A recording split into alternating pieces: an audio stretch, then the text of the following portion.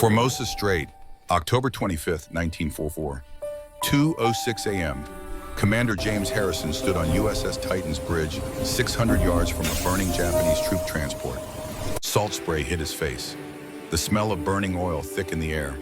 The transport was listing hard to port flames climbing her superstructure, lighting the night ocean orange and black. Harrison's hand raised, his voice cut through the wind. Fire tube 1, down. The sound of compressed air, the subtle shift in Titan's trim as the torpedo left its tube. 20 feet of American engineering entering the dark water. Mark 18 electric torpedo, no wake, no sound, just physics and mathematics racing toward a target at 29 knots. The 24th and final torpedo of the 5th War Patrol. For 40 seconds, James Harrison would be the most successful submarine commander in the United States Navy. 8 enemy ships sunk in 26 days, a record that would stand for decades. Then his own weapon would kill him. But those 40 seconds hadn't happened yet. Right now at 2:06 a.m. on October 25th, Harrison watched the phosphorescent trail where his torpedo should have been invisible. The Mark 18 was electric, silent running, no exhaust wake like the old steam torpedoes. It should have been undetectable. Should have been. Instead, 400 yards ahead, a white streak broke the surface. The torpedo broached, jumped partially out of the water like a porpoise, its gyroscope spinning wild. The phosphorescence caught the firelight from the burning transport. Lieutenant Robert Chen's voice cracked from the conning tower hatch. Circular run, skipper. It's coming back. Harrison's blood went cold. The torpedo was turning, a wide arc, running in a circle, coming back toward Titan. What Chen didn't know, what nobody aboard Titan knew except Harrison himself, was that torpedo had been modified. Unauthorized. Illegal. Court-martial offense. Harrison had spent 3 nights in August in Titan's torpedo room, working by flashlight, after the crew slept, bleeding fingers filing brass housing, replacing American ball bearings with Japanese bearings salvaged from captured equipment.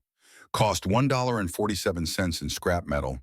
Result 30% increase in range, 40% improvement in circular run prevention. Official United States Navy position, unauthorized modification of ordnance, is Article 108 Uniform Code of Military Justice. Maximum punishment, 10 years hard labor. Harrison's position, I don't care about regulations. I care about my crew not dying from defective torpedoes. He had already used 23 modified torpedoes on this patrol. 23 hits, 23 perfect runs, 0 malfunctions. The 24th would be different. The torpedo continued its arc.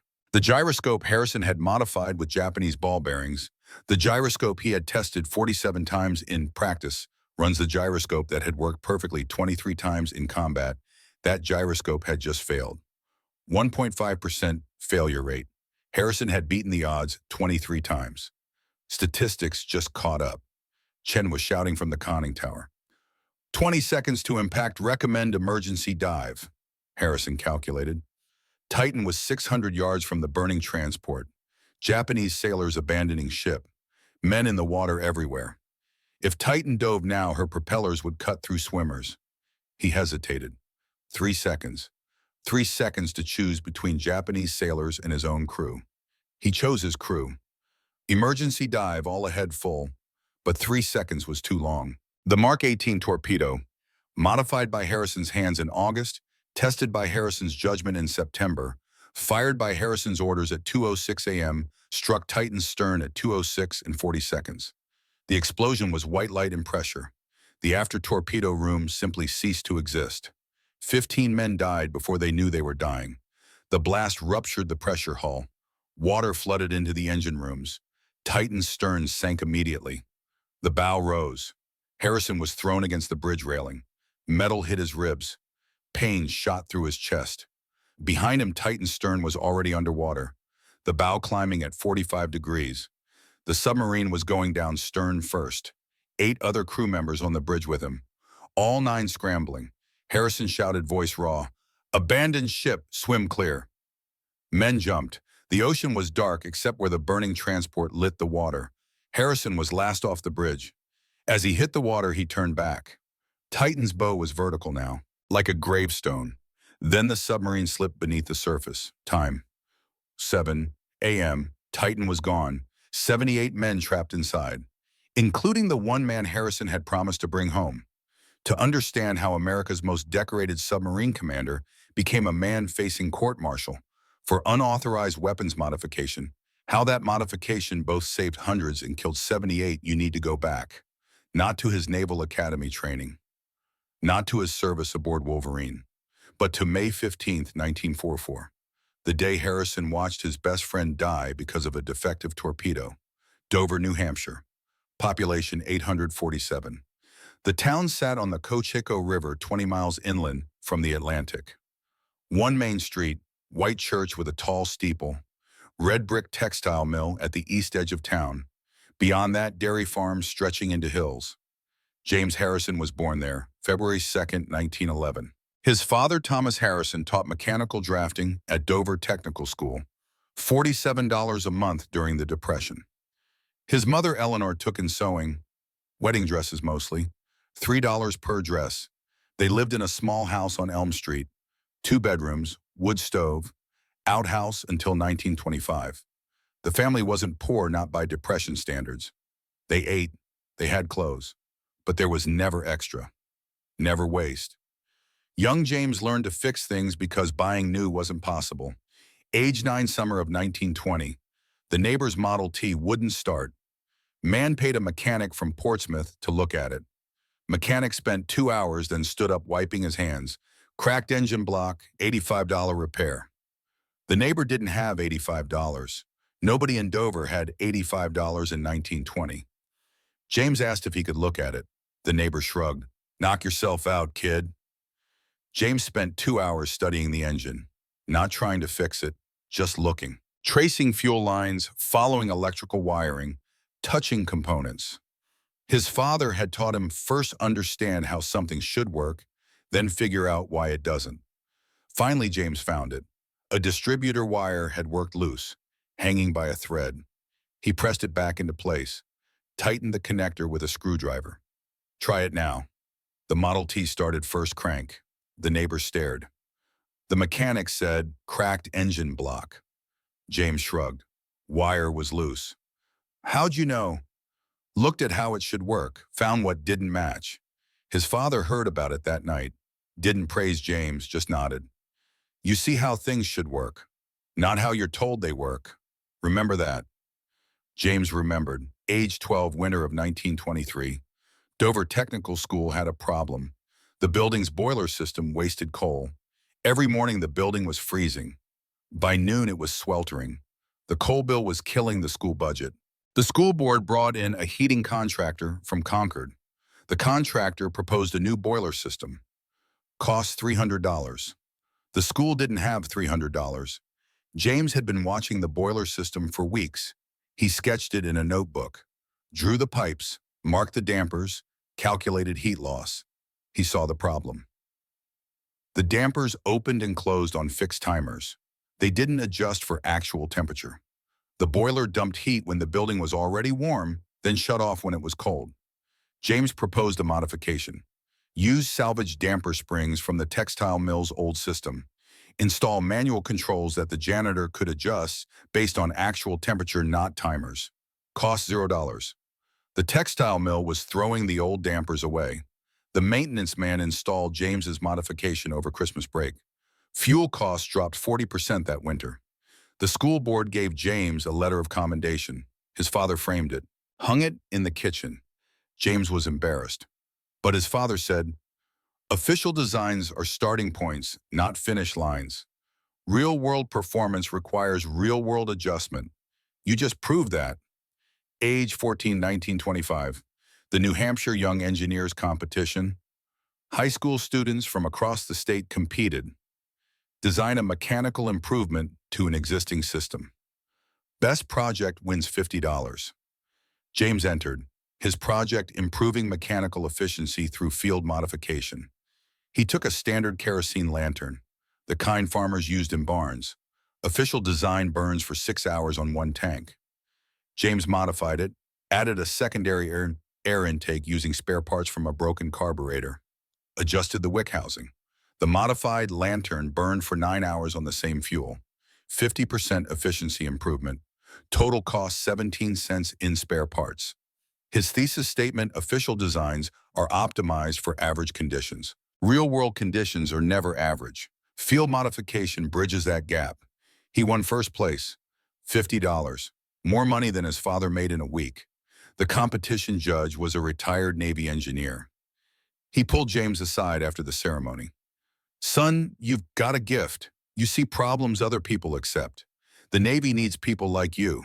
Ever thought about the Naval Academy? James hadn't.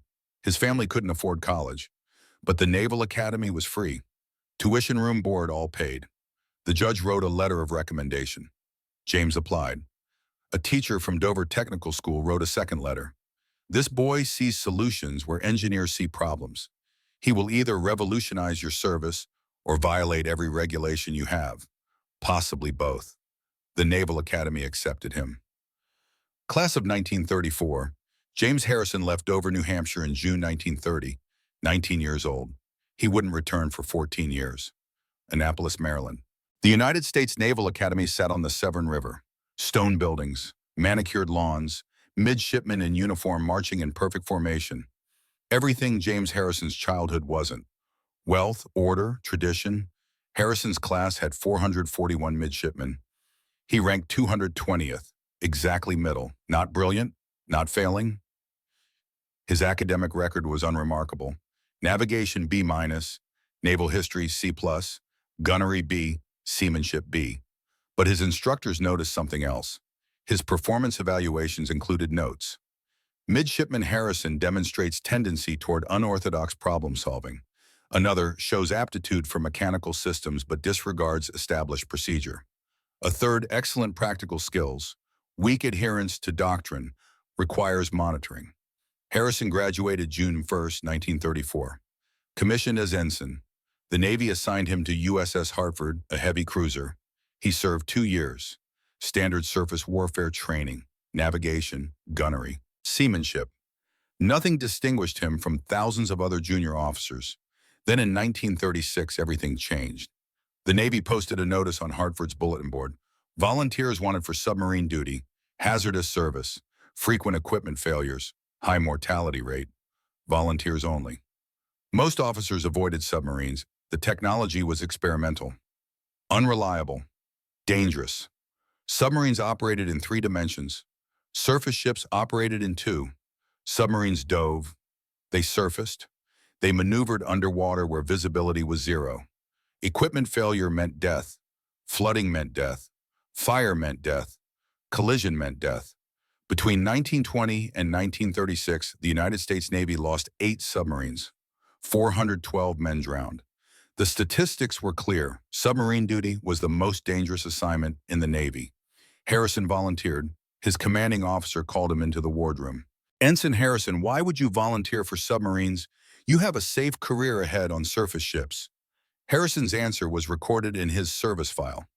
"Sir, surface ships fight in 2 dimensions. Submarines fight in 3. I want to learn 3-dimensional warfare." It was the first sign that James Harrison thought differently than other officers. New London, Connecticut, January 1937. The Navy's submarine school sat on the Thames River. 6-month course, half academic, half practical. Academic subjects: submarine design, diesel engines, electric motors, battery chemistry, torpedo mechanics, diving procedures, emergency protocols. The curriculum was designed to weed out men who couldn't handle the technical complexity. Harrison excelled. For the first time in his naval career, he was in his element. Not memorizing doctrine, not following procedures written by officers who'd never been to sea, but understanding how things actually worked. Diesel engines, electric motors, hydraulic systems, the mechanical reality underneath the theory.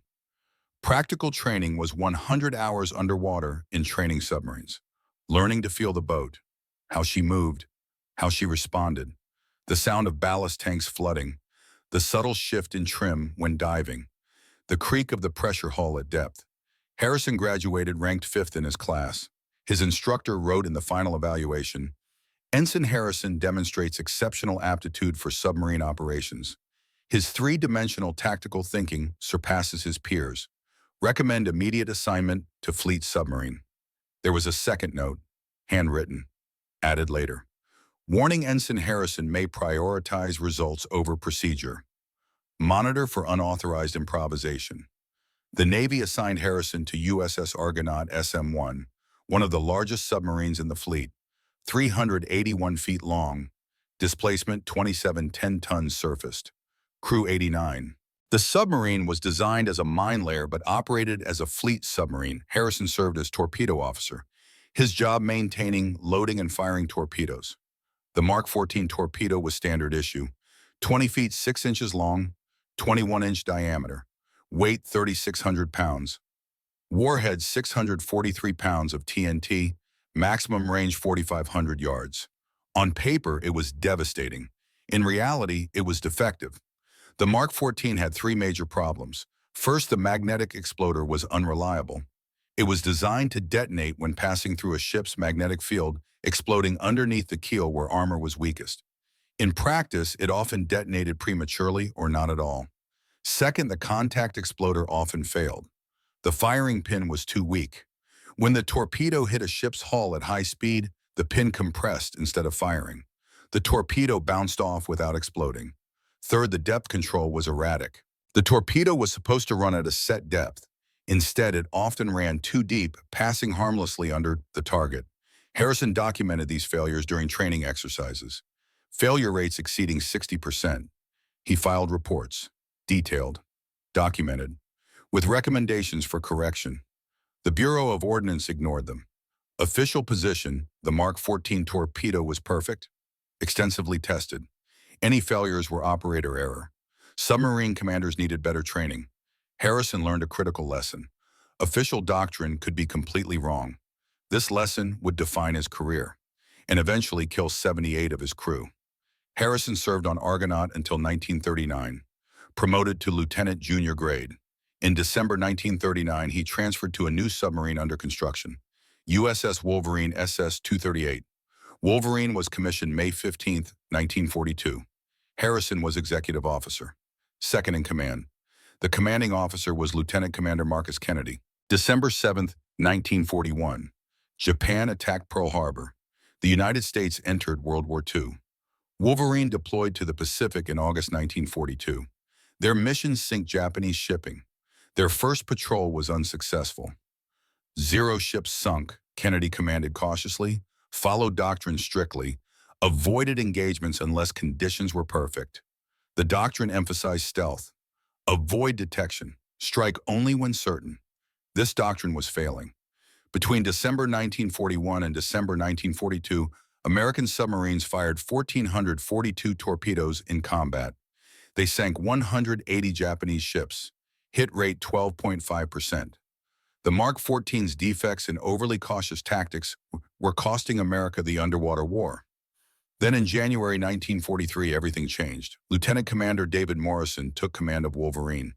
Morrison was different, aggressive, willing to ignore doctrine. His first briefing to the crew, Harrison remembered every word. "Gentlemen, the Navy teaches you to hide from the enemy. I'm going to teach you to hunt them."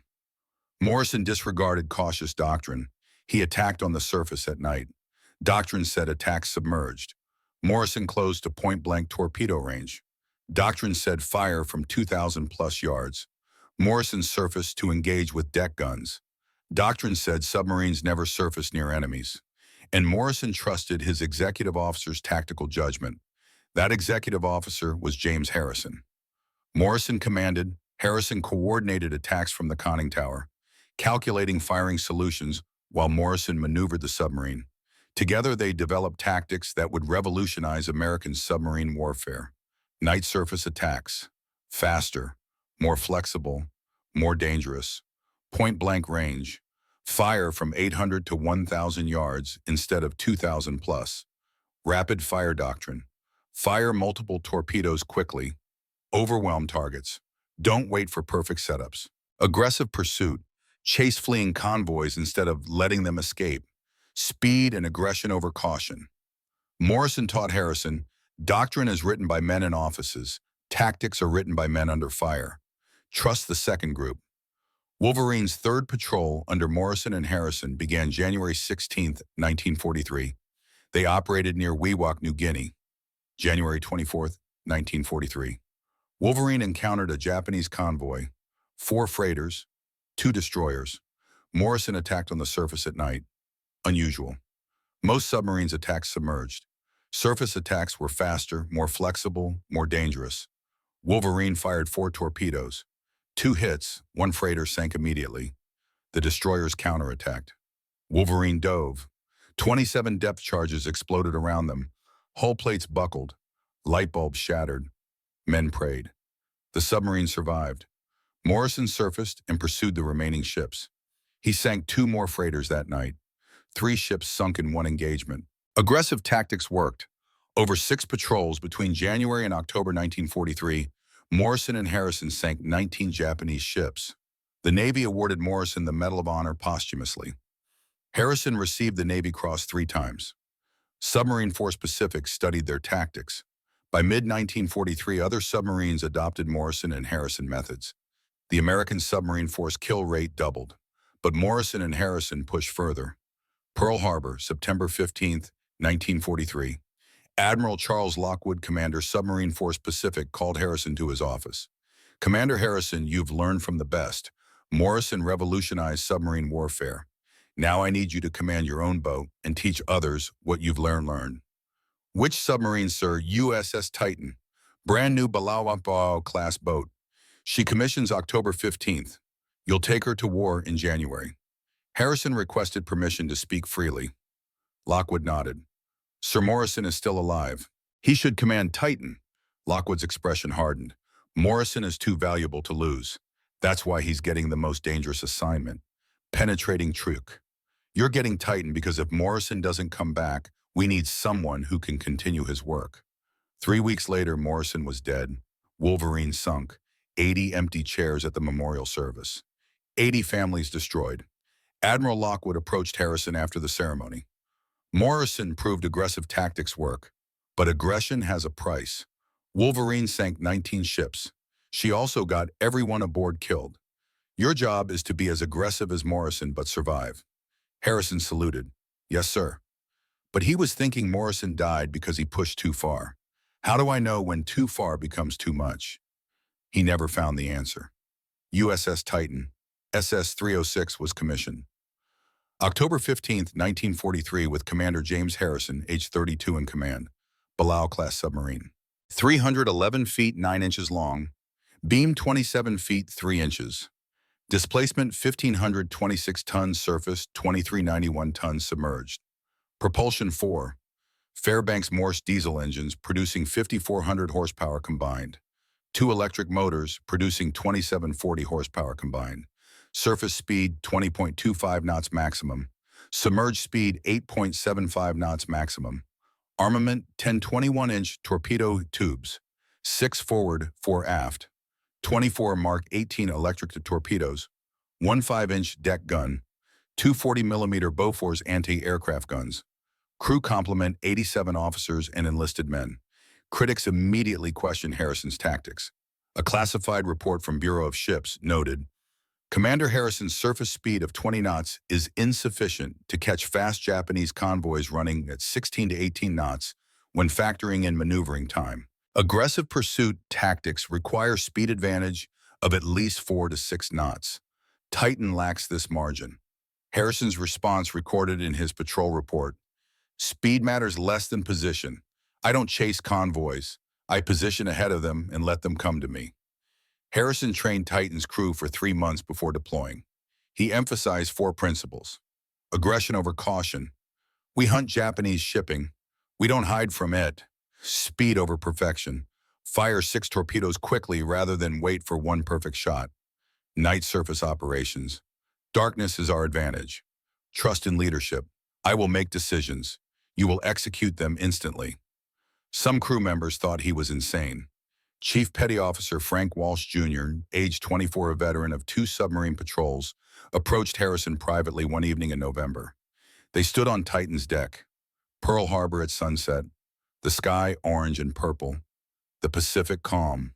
Walsh Jr. had requested transfer to Titan specifically. His father, Frank Walsh Sr., had served with Harrison on Wolverine. Frank Sr. told his family Harrison was the best officer he knew. Smart, aggressive, kept his crew alive. Then Frank Sr. died May 1943 when a hydraulic line ruptured during a depth charge attack on Wolverine. Frank Jr. enlisted 2 weeks after his father's funeral. His mother begged him not to. "I just lost your father. Don't make me lose you too."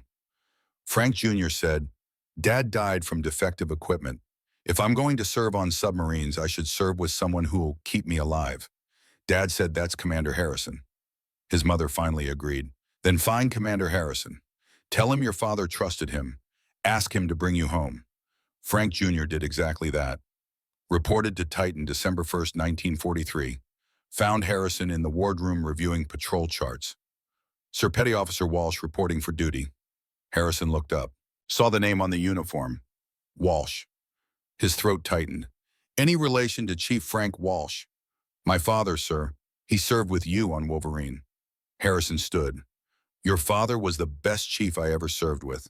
I'm sorry for your loss." "Thank you, sir. My father said you were the best officer he knew. That's why I'm here. He wanted me to serve with someone who'd bring me home." Harrison felt the weight of that.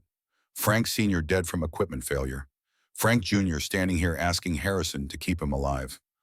"I'll do my best, Walsh. That's all I can promise." "That's all my father asked for, sir." Now in November 1943, Walsh Jr. stood with Harrison on Titan's deck. The sun setting. The conversation was difficult. "Skipper, the Pacific Submarine Force has lost 18 boats in 2 years. That's 1,400 men. The odds of dying on a submarine are 1 in 5. Your tactics will make those odds worse." Harrison looked at the harbor. Counted the submarines tied up at the pier. 12 boats. In 6 months, 2 or 3 would be gone, never coming back. "Chief, the odds apply to submarines that hide. We're going to kill Japanese ships before they kill us. Aggressive submarines survive. Cautious submarines die, wondering if they should have fought." Walsh considered this. "Morrison believed that. He's dead." "Morrison died penetrating Truk, the most heavily defended base in the Pacific." "We're not going to Truk. We're going where Japanese merchant shipping is weak and escorts are spread thin. And if escorts aren't weak, then we'll make them weak by sinking them first." Walsh nodded slowly. "I served under 3 commanding officers. 2 were cautious. Both died when their boats were sunk because they hesitated. One was aggressive. He survived 8 patrols and retired. I'll trust aggressive." Harrison assembled his crew of 87 officers and enlisted men. Most were young, average age 23. Some were teenagers. Seaman Tommy DeLuca, 18 years old, from Brooklyn, New York, youngest crew member, assigned to the after torpedo room. He'd been in the Navy 8 months. His mother wrote him letters every week. He kept them in his bunk tied with string. 47 letters, never threw any away. The latest letter received October 10th, 1943. "Tommy, your sisters ask about you every day. Marie is 10, now she prays for you at church. Sophia is 7, she drew you a picture. I'm sending it. Come home safe. Love, Ma."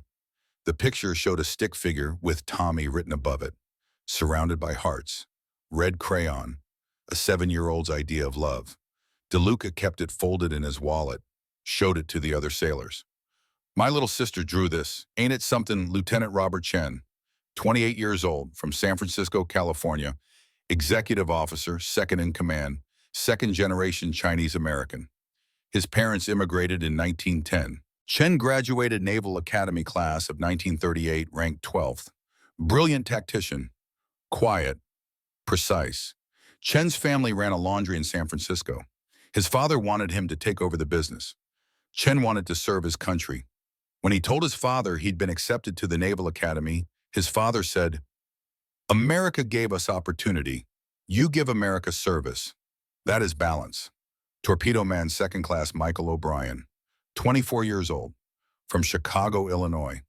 He maintained Titan's Mark 18 electric torpedoes, checked gyroscopes, tested depth settings, verified battery charges. O'Brien kept a notebook. Poetry, not about war, about home, about his girlfriend Betty waiting in Chicago. She worked at a factory making artillery shells. They'd been together since high school. Planned to marry when the war ended. O'Brien's latest poem, written November 2nd, 1943. When this war is done and I come home to you, we'll walk Michigan Avenue like we used to do. We'll dance at the Aragon, just you and me, and I'll forget the ocean and remember being free. He showed it to nobody. Too personal, too vulnerable. But writing helped him remember there was a world beyond submarines and torpedoes and depth charges. The night before Titan's first war patrol, Harrison gathered the crew on deck. 87 men. Pearl Harbor at dusk, the sky fading from blue to black. Stars appearing, Harrison's voice carried across the submarine. Gentlemen, some of you think I'm going to get you killed. You might be right. Submarine warfare kills 1 in 5. But I promise you this, if we die, it won't be because we hesitated. It won't be because we followed doctrine when doctrine was wrong. It won't be because we let Japanese ships escape. If we die, it will be because we fought harder than any submarine in this war. But we're not going to die. We're going to sink more Japanese ships than any boat in the Pacific Fleet. We're going to prove that American aggression wins wars. And when we come back, and we will come back, they'll study what we did at submarine school for the next 100 years. The crew didn't applaud. They stood silent. Then Chief Walsh Jr. stepped forward. All hands attention on deck. 87 men snapped to attention. Walsh saluted Harrison. Sir Titan's crew is ready for war. Harrison returned the salute, his voice steady. Then let's go kill some ships. Titan deployed January 22, 1944. Destination Caroline Islands, 3,400 nautical miles from Pearl Harbor. Transit time 12 days at 15 knots. Harrison stood on the bridge as Oahu disappeared behind them. Lieutenant Chen joined him. Skipper, the crew is nervous. Good. Fear keeps you sharp. Some think your tactics are reckless. Harrison didn't look away from the horizon. Chen Morrison taught me that caution loses wars. Aggression wins them. We're going to be aggressive. Morrison died being aggressive. Morrison died penetrating the most defended naval base in the Pacific. We're hunting merchant convoys. Different mission. Different risk. Chen hesitated. Sir, what if aggressive becomes reckless? Harrison finally turned to face him. That's the question every submarine commander has to answer. Morrison never found the line between aggressive and reckless. Maybe I will. And if you don't, Harrison's expression hardened, then we'll find out together. But what Harrison didn't tell Chen, what he couldn't tell anyone, was that he'd already crossed a line. In Titan's torpedo room, working alone after midnight, while the crew slept, Harrison had done something that would either save hundreds of lives or earn him a firing squad. He'd modified the torpedoes. August 1944. 3 weeks before Titan deployed on her 5th war patrol, Pearl Harbor Naval Shipyard, 11:47 p.m. Harrison descended the ladder into Titan's forward torpedo room. The compartment was dark, silent. The crew slept in their bunks. Harrison carried a small toolkit and a flashlight. He moved quietly. The Mark 18 torpedoes rested in their racks, sleek cylinders, 20 feet long. Each one contained a gyroscope that controlled its direction. Those gyroscopes were the problem. Harrison had been studying Mark 18 failures for months, reading after action reports from other submarines, documenting patterns. The Mark 18 had a 1.5% circular run failure rate. 1 in 67 torpedoes turned in a circle instead of running straight. When that happened, the torpedo often struck the firing submarine. 7 American submarines had been sunk or damaged by their own circular running torpedoes since 1942. 112 men dead. The Bureau of Ordnance said 1.5% was acceptable. 98.5% reliability was good for 1944 technology. Harrison disagreed. He'd requested technical specifications for the Mark 18 gyroscope. The Navy refused. Classified information, need-to-know basis. Submarine commanders didn't need to know, so Harrison reverse-engineered it himself. He disassembled a practice Mark 18 torpedo, the kind used for training with no warhead. Spent 40 hours studying the gyroscope mechanism. Discovered the root cause of failures. The gyroscope used ball bearings. American ball bearings machined to .001-inch tolerance. At high RPM, gyroscope vibration caused microfractures in the bearing surface. Over time, the fractures widened. Eventually, the bearing seized. The gyroscope destabilized. The torpedo turned. But Harrison had access to Japanese ball bearings, salvaged from captured equipment. Binoculars mostly. Japanese bearings were machined to .0005-inch tolerance, twice as precise, less vibration, fewer fractures. Harrison's hypothesis: replace American bearings with Japanese bearings, reduce vibration, prevent failures. He tested it on one practice torpedo, ran it through 47 simulated firing cycles. Zero malfunctions. Now on August 14, 1944 at 11:47 p.m., Harrison was modifying Titan's combat torpedoes. He worked on torpedo number 1, unscrewed the gyroscope housing, removed the American ball bearings. They were smooth, polished, no visible defects. But under magnification, Harrison could see the microfractures, tiny stress lines in the metal. He replaced them with Japanese bearings, salvaged from a pair of binoculars taken from a captured Japanese officer. The bearings fit perfectly. Harrison reassembled the gyroscope, tested the spin, smooth, no vibration. He moved to torpedo number 2. The work was delicate, filing brass housing to ensure perfect fit. His fingers bled, metal shavings embedded in his skin. He worked by flashlight. If discovered, he faced court-martial. Article 108, Uniform Code of Military Justice, destruction or modification of government property without authorization. Maximum penalty, 10 years confinement at hard labor. In combat zones, unauthorized weapons modification could be considered sabotage. Maximum penalty, death by firing squad. But Harrison thought about Frank Walsh Sr., 42 years old, 3 kids, killed by equipment failure. He thought about the 1,374 submariners who died since December 1941. How many died because defective torpedoes caused failed attacks that led to counterattacks? He thought about Tommy DeLuca, 18, Brooklyn, mother and sisters waiting. He thought about Michael O'Brien, 24, Chicago, Betty waiting. Poetry about walking Michigan Avenue. He thought about Frank Walsh Jr., 24, Boston, trusting Harrison to bring him home like his father asked. Harrison made his choice. I'd rather face a firing squad than watch another Walsh die because I followed regulations.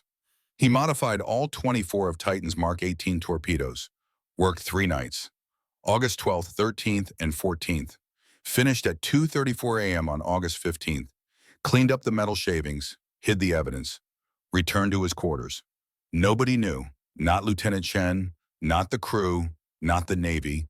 Total cost $1.47 in salvaged materials. Potential benefit: preventing circular run failures, saving American lives. Potential cost: court-martial. Execution: disgrace. On September 24, 1944, Titan deployed on her 5th war patrol. Destination: Formosa Strait. Every torpedo aboard was illegally modified.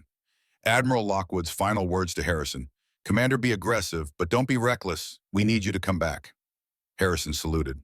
"Yes, sir." But he was thinking, if those modified torpedoes work, I'll come back a hero. If they fail, I'll come back in chains. He didn't know both would be true. Before Titan entered the Formosa Strait, Harrison walked through the submarine. He needed to see his crew, to remember why he'd risked court-martial. He found Tommy DeLuca in the after-torpedo room. DeLuca was checking torpedo tube gaskets, routine maintenance.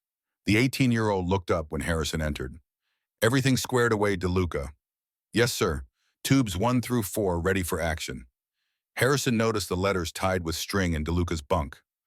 47 letters from Brooklyn. "Your mother writes often." DeLuca smiled. "Every week, sir. She tells me about my sisters. Maria is praying for me at the church. Sophia keeps drawing pictures." "You're going home to them, DeLuca. I promise." DeLuca's smile widened. "I know, Skipper. You always bring us back." Harrison felt the weight of that promise. Always bring us back. He'd brought Titan's crew back from 4 patrols, but the 5th would be different. He moved forward to the torpedo room. Found Michael O'Brien inspecting gyroscopes. O'Brien didn't know those gyroscopes had been modified. Harrison had done the work alone. No witnesses, no accomplices. O'Brien looked up from his work. "Sir, these Mark 18s are in excellent condition. Gyroscopes testing perfect. I've never seen a batch this clean." Harrison's stomach nodded. "Bureau of Ordnance must have improved quality control." "Must have, sir. I'm logging 0 defects across all 24 fish. That's unheard of." O'Brien showed Harrison his notebook. Not the poetry notebook, the maintenance log, every torpedo listed, every gyroscope tested, every result optimal. 23 days until I see Betty, sir. You'll make it, O'Brien. Keep those fish ready. Yes, sir. Harrison moved to the control room, found Frank Walsh Jr. standing watch. The young man was calm, steady, like his father. Walsh, how are you holding up? Good, sir, excited for the patrol.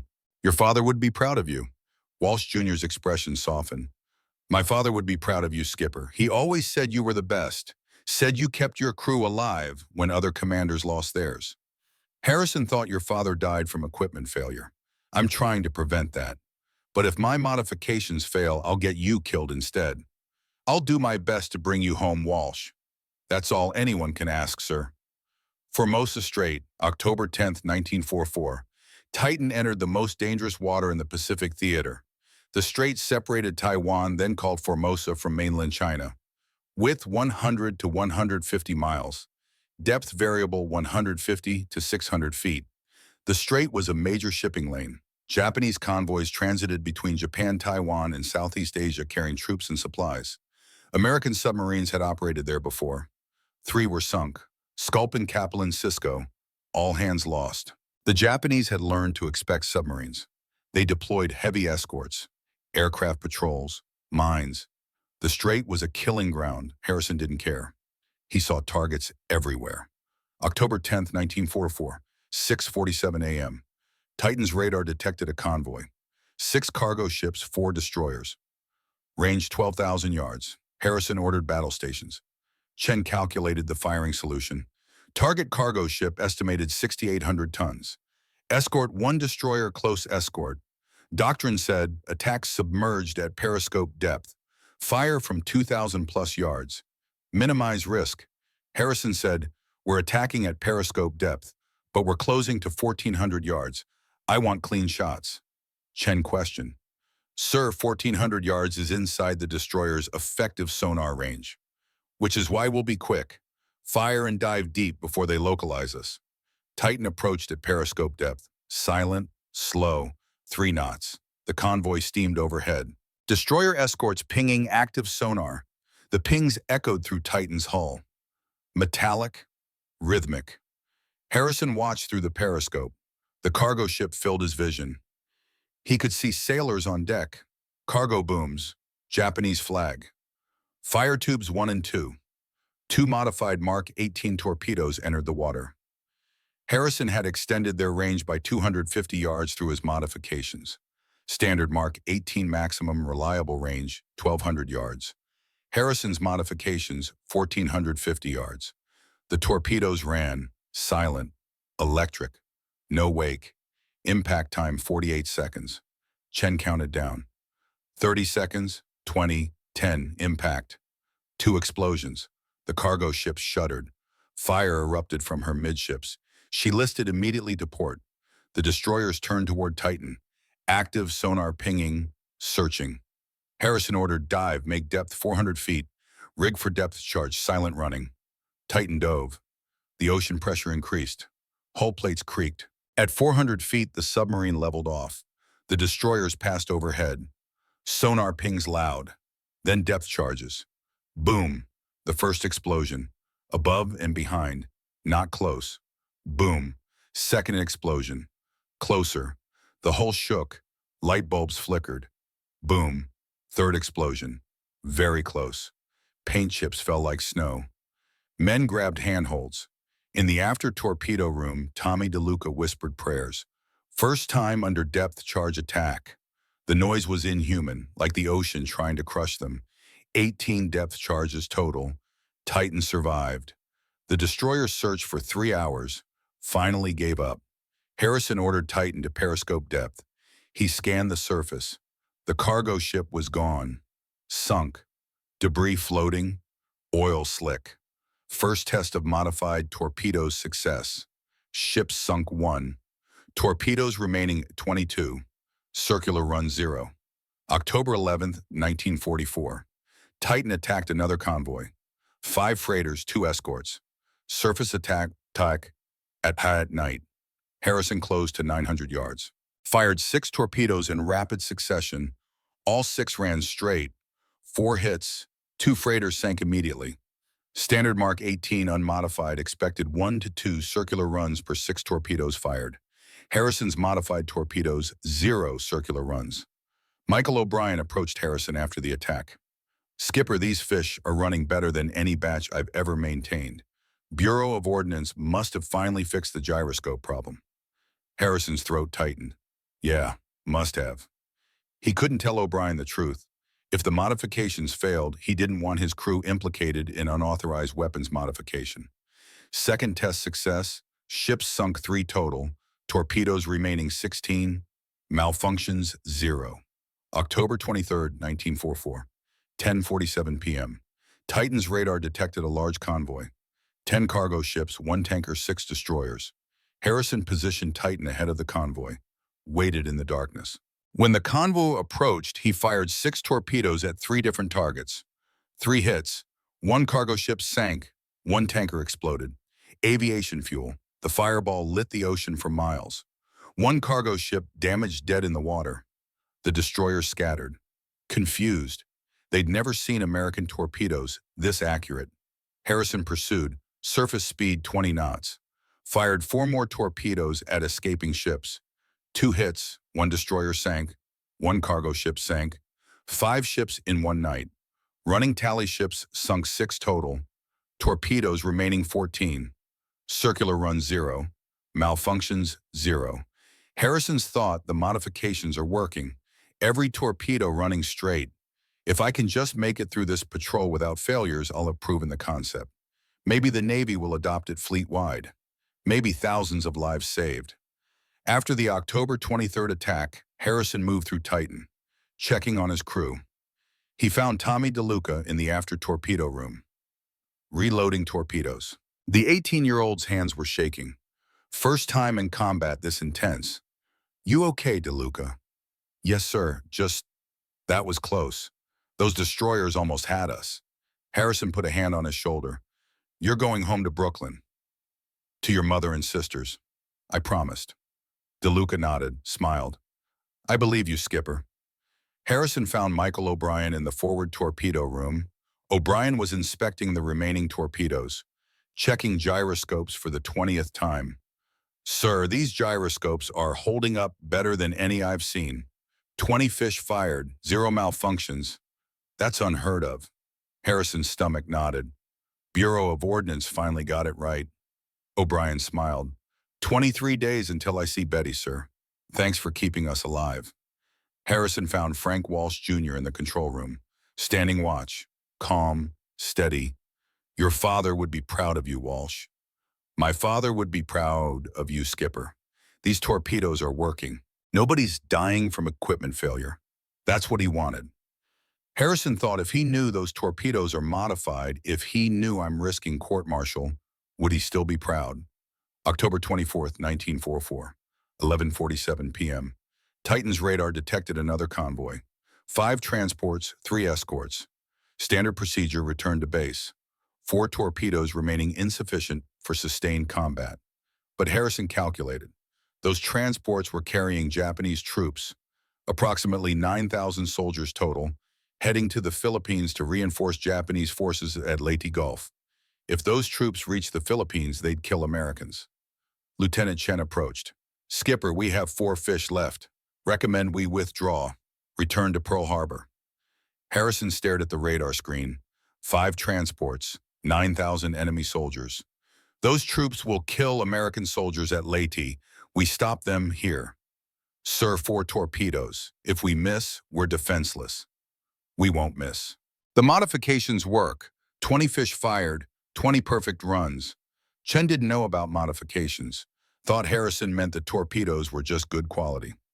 "Sir, attacking with insufficient reserves violates doctrine." Harrison turned to face Chen. "Doctrine is written by men in offices. I'm writing tactics under fire. We attack." 1:52 a.m. October 25th. Harrison closed at 1,200 yards from the lead transport. Fired torpedo number 23.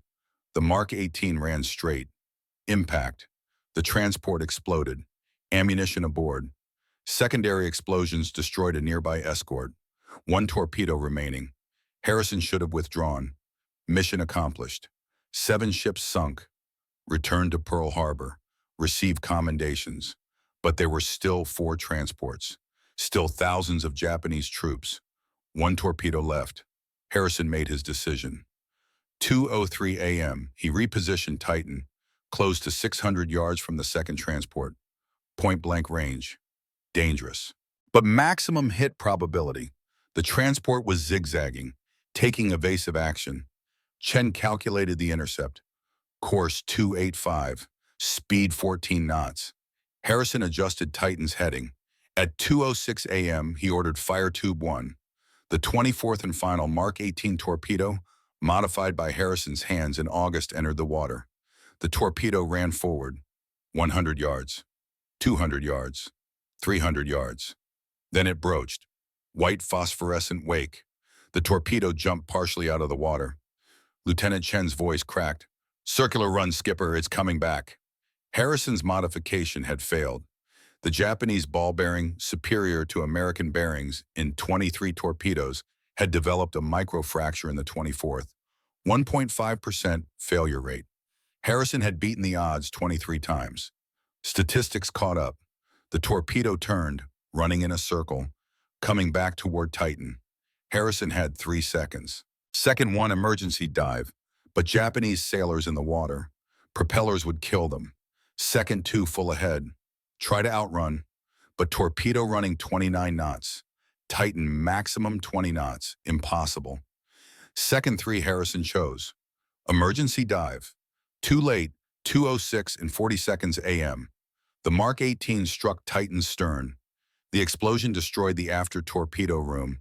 15 men died instantly, including Tommy DeLuca, age 18, Brooklyn, mother waiting, sisters who drew pictures, including Michael O'Brien, age 24, Chicago, Betty waiting, 23 days from rotation, poetry notebook in his pocket. Frank Walsh Jr. survived. He was in the control room, but he would watch 63 more crew members drown in the next 3 hours. As Titan sank as Harrison floated in the Formosa Strait, he thought about 3 things. 1, his modification had worked 23 times, extended range, prevented circular runs, sunk 8 Japanese ships, saved hundreds of American lives.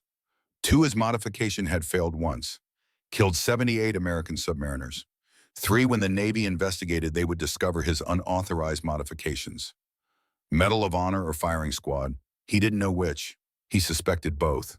The water was cold, 78 degrees Fahrenheit, survivable for hours if rescue came. But rescue wouldn't come from friendly forces. Not here, not in the Formosa Strait, 200 miles from the nearest American base. Commander James Harrison floated, salt water in his mouth. His uniform heavy, pulling him down. He kicked to stay afloat. Around him, 8 other men from Titan's bridge crew, all 9 treading water in the darkness. The burning Japanese transport lit the ocean, orange flames climbing into the night sky, black smoke, Japanese sailors abandoning ship, lifeboats splashing into the water, screams in Japanese. Harrison turned, looked back where Titan had been. Nothing, just dark water. Oil slick, spreading. Debris floating. The submarine was gone. 311 feet of American engineering resting on the bottom at 180 feet depth. 78 men inside. Lieutenant Chen floated nearby, his voice hoarse. "Skipper, what happened? Why did the fish turn?" Harrison couldn't answer. Couldn't explain that he'd modified the torpedoes. That 23 had worked perfectly. That the 24th had failed. That his unauthorized modification had just killed 78 of their crew. Instead, he said, "Gyroscope failure, 1.5% probability. We got unlucky." It wasn't a lie, just incomplete truth. At 4:30 a.m., searchlights swept across the water. A Japanese destroyer approached. Sailors lined the rails, rifles pointed down, voices shouting in Japanese, lines thrown over the side. Harrison and the 8 other Titan survivors were pulled aboard. Rough hands grabbed them, pushed them to the deck. Harrison's ribs still hurt from hitting the bridge railing. He winced. The destroyer captain appeared. 50s, gray hair, spoke English with British accent, educated in London before the war. You are American submarine crew. Where is your vessel? Harrison gave name, rank, service, number.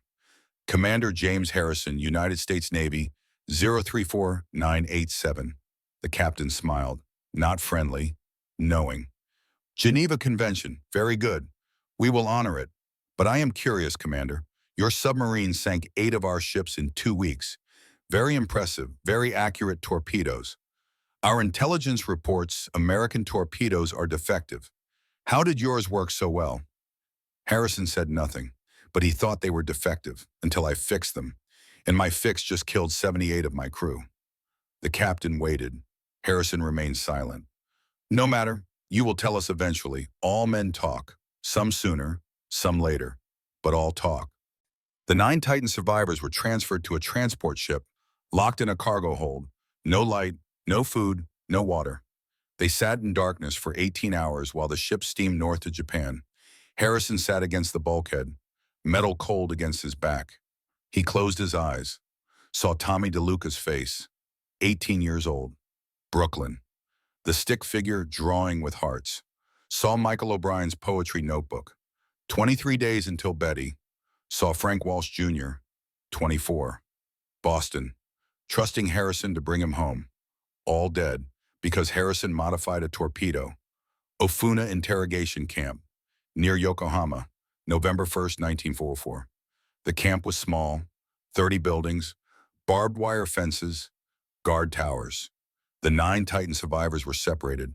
Harrison was put in solitary confinement, 6-foot by 8-foot cell, concrete floor, bucket in the corner, no windows. The interrogations began immediately. A Japanese intelligence officer, 30s, spoke perfect English, Stanford educated. He sat across a wooden table from Harrison. Between them, a Mark 18 torpedo gyroscope, salvaged from Titan's wreckage.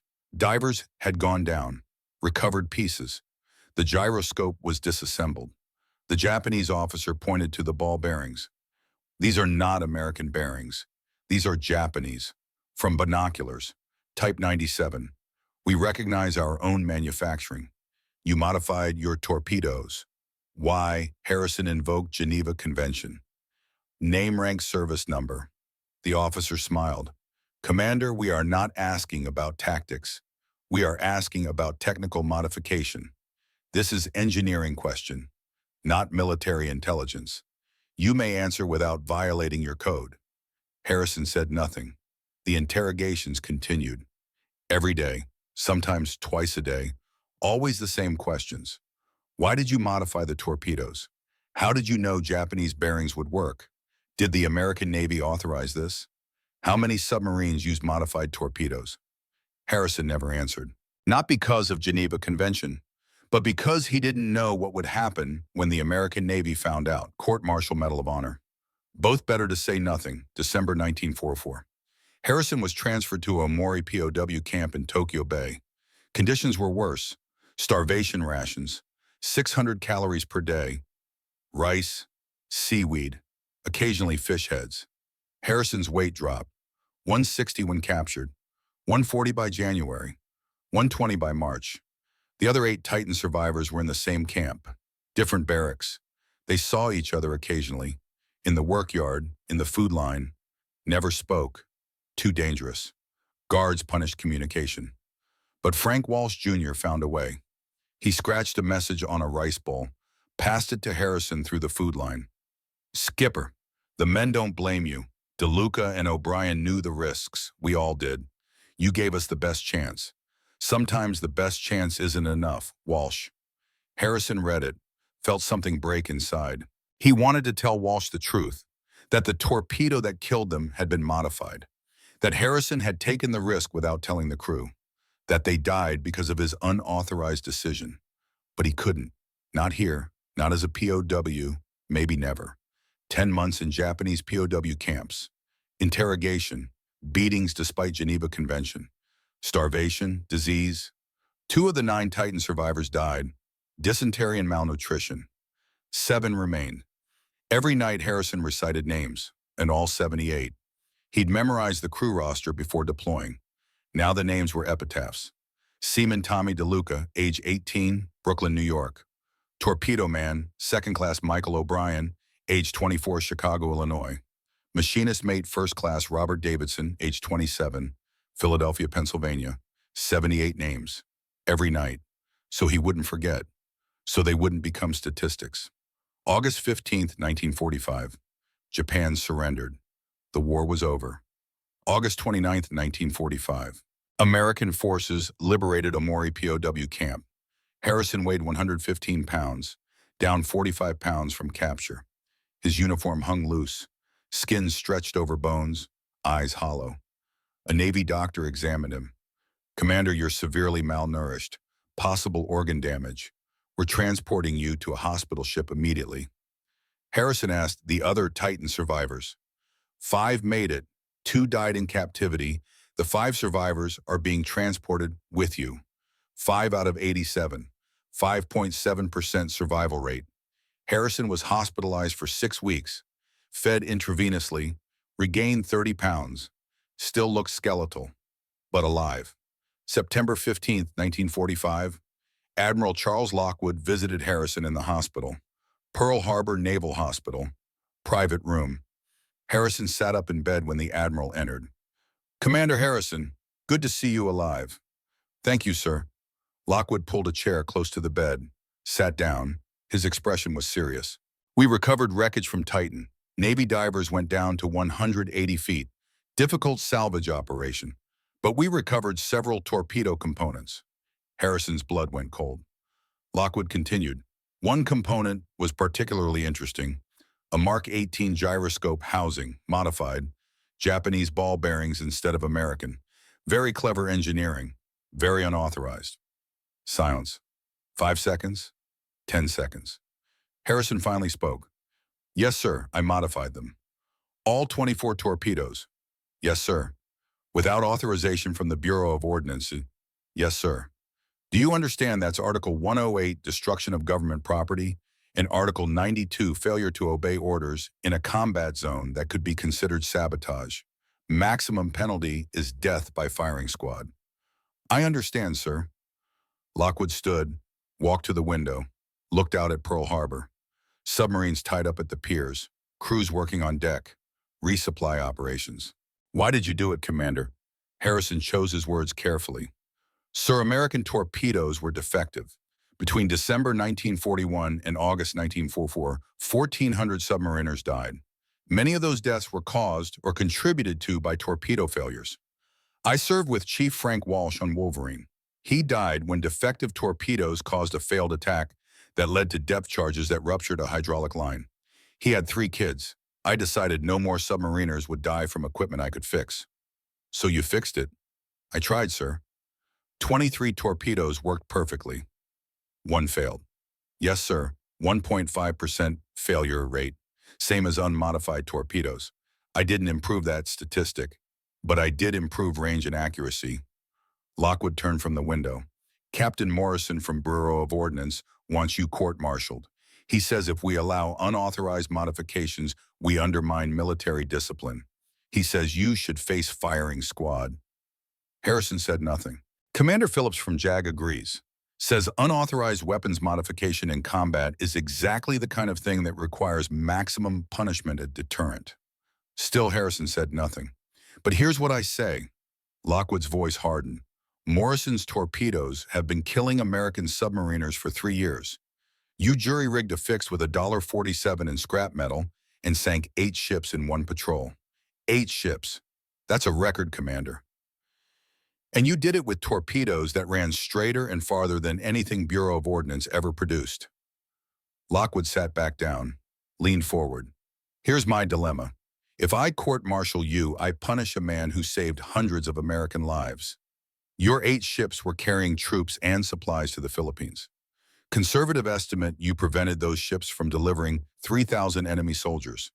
Those soldiers would have killed Americans at Leyte Gulf. If I give you the Medal of Honor, I condone unauthorized weapons modification.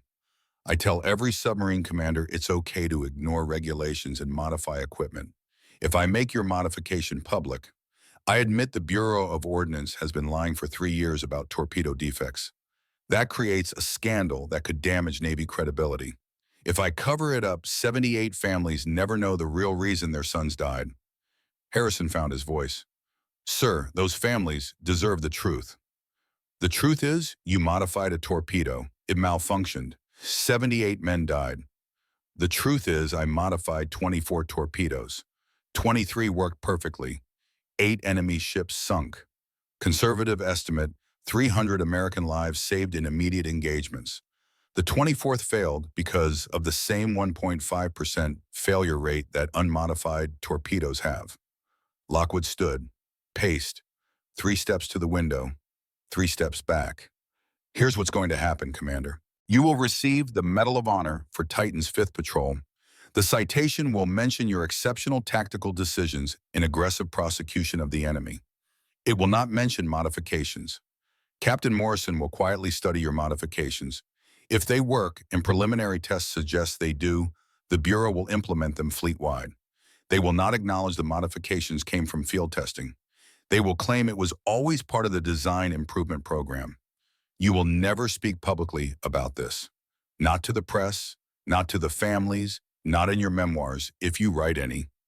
Officially, Titan was sunk by a standard Mark 18 malfunction. Bad luck, 1.5% failure rate. It could have happened to any submarine. Unofficially, you saved hundreds of lives with a modification the Navy should have implemented years ago. Harrison's voice was quiet. And the 78 families, sir, they'll be told their sons died heroes, which is true. They won't know their sons died because I modified a torpedo. No, because if they know that, they'll ask why the Navy's torpedoes needed modification. That opens questions the Navy cannot afford to answer in 1945. We're transitioning to peacetime. We need public confidence in our institutions. Harrison stood from the bed, weak, unsteady, but he needed to stand for this. Sir, permission to speak freely. Granted. I don't want the Medal of Honor. Lockwood's expression didn't change. You don't have a choice. You're getting it. December 14th. President Truman will present it. I killed 78 men. You sank 8 ships and saved 300 men in one patrol. The mathematics favor you, Commander. Harrison's voice broke. Mathematics don't bring back Tommy DeLuca or Michael O'Brien.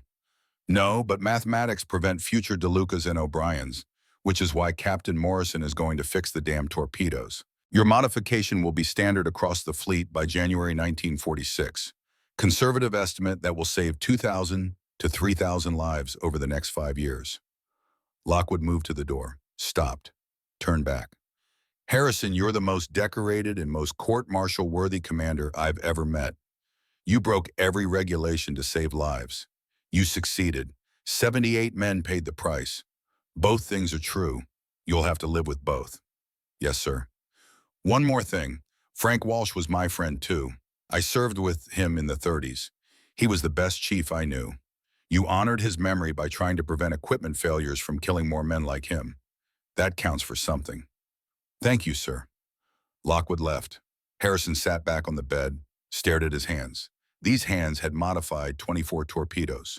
These hands had killed 78 men. These hands would receive the Medal of Honor. Within 24 hours of Lockwood's decision, Captain Morrison from Bureau of Ordnance requested full specifications of Harrison's modifications. 8 prototype units were built using Harrison's design. Japanese ball bearings, modified housing, improved gyroscope stability. Within 48 hours, 3rd Submarine Division requested copies for their entire squadron. Within 1 week, 47 modified Mark 18 torpedoes were distributed across the Pacific Fleet. A captured Japanese Naval Intelligence report, November 1945, declassified in 1973, American submarines employing new long-range torpedo system, accuracy increased significantly since October 1944. Recommend all fleet elements maintain engagement distance minimum 1,000 meters. American torpedo technology has surpassed our defensive capabilities. The Japanese thought it was official, engineered by experts, expensive research and development. It was $1.47 and one submarine commander's bleeding hands. By war's end, the modifications were standard across the submarine force. 2,247 modified Mark 18 torpedoes in service. Estimated circular run failures prevented 340 incidents. Conservative estimate of American lives saved 2,000 to 3,000 submariners who didn't die from circular running torpedoes. Total material cost $3,311. Official procurement equivalent cost, if Bureau of Ordnance had developed it, $12.4 million. Return on investment, 3,744%. But 78 men still dead. December 14, 1945. The White House. President Harry Truman presented Commander James Harrison with the Medal of Honor. The citation read, "For conspicuous gallantry and intrepidity, at the risk of his life, above and beyond the call of duty, as commanding officer of USS Titan, operating against enemy Japanese convoys on October 23rd and 24th, 1944. Boldly maneuvering on the surface into the midst of a heavily escorted convoy, Commander Harrison stood in the fuselage of bullets and shells from all directions to launch smashing hits on 3 tankers, coolly swung his ship to fire at a freighter, and in a split-second decision shot out the leading escort vessel. In the terrific action in which he destroyed a major part of the convoy, his ship went down. His actions demonstrated exceptional courage and devotion to duty.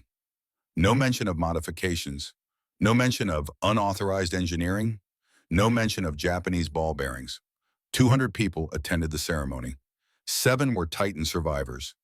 35 were families of the 78 dead. Not all families attended, some refused. They blamed Harrison. Aggressive tactics, unnecessary risks, their son's dead.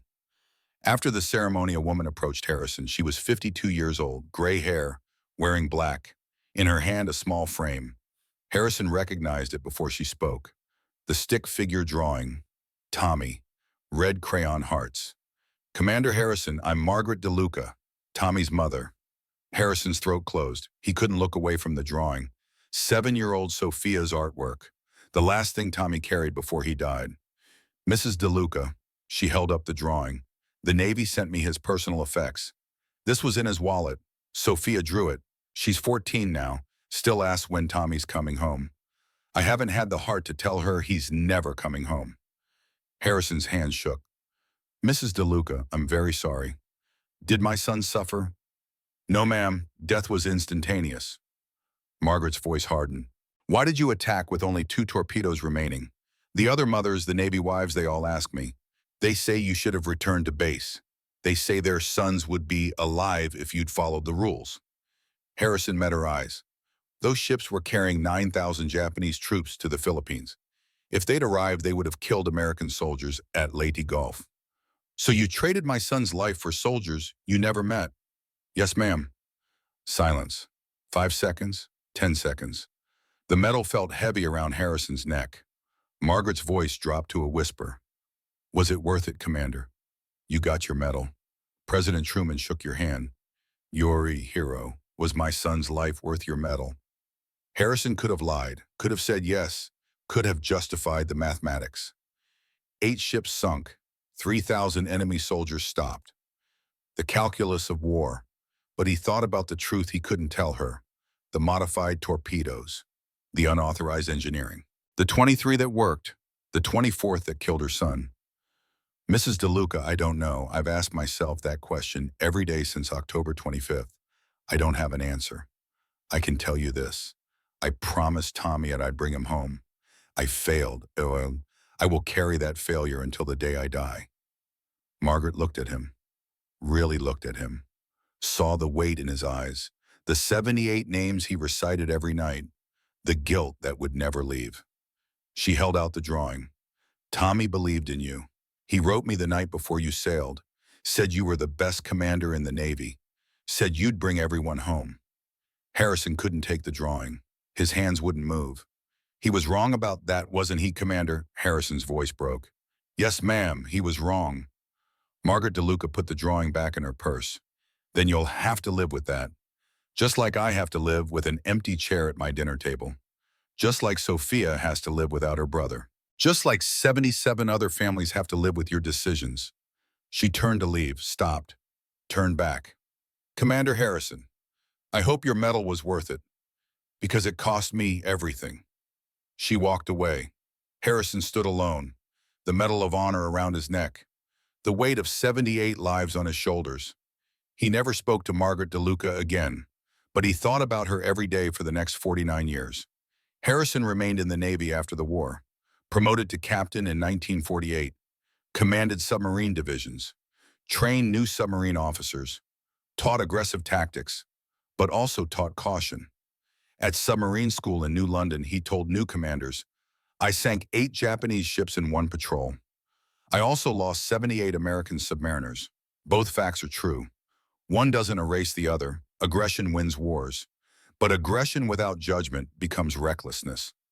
My judgment failed on October 25th, 1904. I attacked with insufficient reserves. I closed to excessive range. I hesitated 3 seconds when I should have dove immediately. Each decision was tactically justifiable. Each decision contributed to my crew's deaths. Learn from my success. Learn from my failures. The difference between heroic and reckless is 3 seconds of judgment. The Titan survivors held reunions every year from 1946 until 2013. Harrison attended when he could. The reunions were difficult. They talked about Titan, remembered the 78, debated the same question every year. Should Harrison have attacked with only 2 torpedoes remaining? The survivors were divided. Some defended Harrison. "We were at war. Wars require risks. We sank 8 ships that couldn't kill Americans." The torpedo malfunction was 1.5% probability. Bad luck, not bad judgment. Others blamed him. Doctrine said return to base with 4 torpedoes minimum. He violated doctrine. 600 yards was too close. 1,500 yards would have been safer. He chose glory over safety. Harrison never defended himself at the reunions. He listened, nodded, accepted their judgments, both defending and condemning. In 1987, a reporter from Naval History magazine asked him, "Commander Harrison, do you regret attacking that final convoy?" Harrison's answer, "Every day, but I would do it again." How can you regret it and say you'd do it again? Because both are true. War forces you to make decisions where every option is wrong. I chose to attack. 78 men died. I regret their deaths. But those Japanese ships were carrying troops to kill American soldiers. If I hadn't attacked, how many Americans would have died in the Philippines? I don't know the answer. No one does. That's why I regret the decision and would make it again. War doesn't offer good choices, only less bad choices. Harrison retired from the Navy in 1957 at age 46, 23 years of service. He wrote 2 books. Clear the Bridge, published 1977, about his experience commanding Titan. The Hunter, published 1987, about Morrison and Wolverine. Both became required reading for submarine officers. Neither book mentioned the torpedo modifications. Harrison kept his promise to Admiral Lockwood, never spoke publicly about unauthorized engineering, never told the families the real reason Titan sank. He died July 16, 1994, at age 83, Arlington National Cemetery. Section 7A, Site 155A. His headstone, James Harrison, Commander, United States Navy, Medal of Honor, USS Titan SS-306, 1911 to 1994. Below the dates, someone had added an unofficial inscription in small letters. 24 ships sunk, 78 men lost, both honored. 4 years after Harrison died, the truth emerged. 1998. Dr. Sarah Chen, naval historian, researching World War II submarine tactics. She found a pattern in declassified after-action reports. Titan's 5th Patrol. Unusual torpedo performance. 23 perfect runs, 1 malfunction. She cross-referenced Bureau of Ordnance records, found a notation dated October 1945. Emergency Field Modification Program, Origin Commander J. Harrison consultation, Japanese ball bearing replacement, implement fleet-wide January 1946. Director Chen tracked down Harrison's widow, Elizabeth, found her in Dover, New Hampshire, the same town where Harrison was born. Elizabeth was 84, living in a small house on Elm Street. Different house, same street. In the garage, a Foot Locker. Harrison's personal effects from the war. Contents: 1 modified gyroscope housing. Harrison had kept it, hidden for 53 years. A letter from Admiral Lockwood dated 1957, Harrison's retirement year. Jim, you saved thousands with a $47 fix that the Navy was too proud to implement. You deserve the Medal of Honor. You also deserved honesty. I'm sorry we couldn't give you both. You were the best submarine commander I knew. The modifications became standard because they worked. The cover-up became necessary because the Navy couldn't admit failure. You paid the price for both. I'm sorry. Charles. Also in the footlocker, Tommy DeLuca's stick figure drawing. The one with hearts. Harrison had recovered it from DeLuca's personal effects. Kept it 53 years. Michael O'Brien's poetry notebook. Recovered from Titan's wreckage. Water damaged, but readable. The last poem visible. When this war is done and I come home to you. A list of 78 names, handwritten. Harrison's handwriting, coffee-stained, folded and unfolded thousands of times. Dr. Chen published her findings in 2003. The book, The $47 War, How One Commander's Unauthorized Modification Saved Thousands. The Naval Submarine Museum in Groton, Connecticut created an exhibit in 2005. Field Innovation in Naval Warfare. Centerpiece, Harrison's Modified Gyroscope. Medal of Honor. Tommy DeLuca's drawing. The plaque read, Commander James Harrison modified 24 Mark 18 torpedoes using $1.47 in salvaged materials. 23 worked perfectly, sinking 8 enemy ships. The 24th failed, sinking USS Titan and killing 78 crew members. The modifications were later adopted fleet-wide, saving an estimated 2,000 to 3,000 American lives. Cost of innovation, 78 American lives. Benefit of innovation, 2,000 plus American lives. War demands impossible mathematics. Tommy DeLuca's sisters, Marie and Sophia, attended the exhibit opening. Marie was 71. Sophia was 68.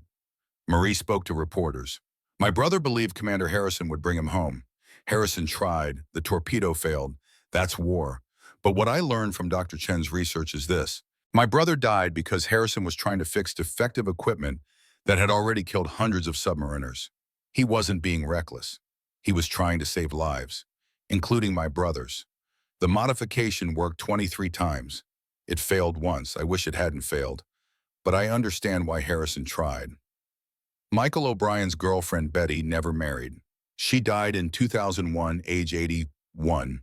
In her will, she donated O'Brien's letters to the Naval Museum. 43 letters, written between 1943 and 1944. The last one dated October 20th, 1944, 5 days before he died. Betty, 23 days until I see you again. 23 days until we walk Michigan Avenue. 23 days until I can hold you. I love you. Wait for me. Mike. She had waited 57 years. Frank Walsh Jr. survived Titan's sinking, remained in the Navy, retired 1967 as commander, attended Harrison's funeral in 1994. He gave the eulogy. Commander Harrison modified those torpedoes to prevent what happened to my father. My father died from equipment failure on Wolverine. Harrison didn't want that happening to anyone else, so he fixed the problem himself. 23 torpedoes worked. 1 failed. He saved hundreds, including me. He lost 78, including friends he promised to bring home. Both are true. He lived with both until he died. That's what command means. Making decisions where both outcomes are true. Success and failure. Glory and guilt. He carried both for 50 years. That's what heroes do. Walsh died 2008, age 88. Today, every submarine officer at Naval Submarine School studies Harrison's case. First week lecture, Doctrine versus Innovation. The question posed to new officers, Commander Harrison violated regulations, modified equipment without authorization. 78 men died when his modification failed. Should he have been court-martialed or given the Medal of Honor? There's no right answer. That's the point. War creates situations where right and wrong exist simultaneously. The instructor always ends the lecture the same way Harrison made a choice. Fix defective equipment and risk court-martial, or follow regulations and watch men die from equipment he could have fixed. He chose action. 23 times it worked. Once it failed, you'll face similar choices. Equipment that doesn't work. Doctrine that doesn't fit reality. Regulations written by people who've never been under fire. When that happens, remember Harrison. Remember he saved thousands. Remember he lost 78. Remember both are true. Then make your choice and live with it. Formosa Strait, October 25th, 1944, 2:06 and 40 seconds a.m. Commander James Harrison floated in the water. Behind him, USS Titan slipped beneath the surface. 78 men inside, including Tommy DeLuca, who believed Harrison would bring him home, including Michael O'Brien, who had 23 days until he'd see Betty. Harrison had modified 24 torpedoes to prevent deaths like Frank Walsh Sr.'s. 23 worked. The 24th killed 78 men.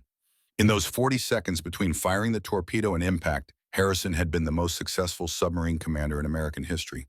8 ships sunk in 26 days. Record-breaking. He'd used unauthorized modifications to achieve it.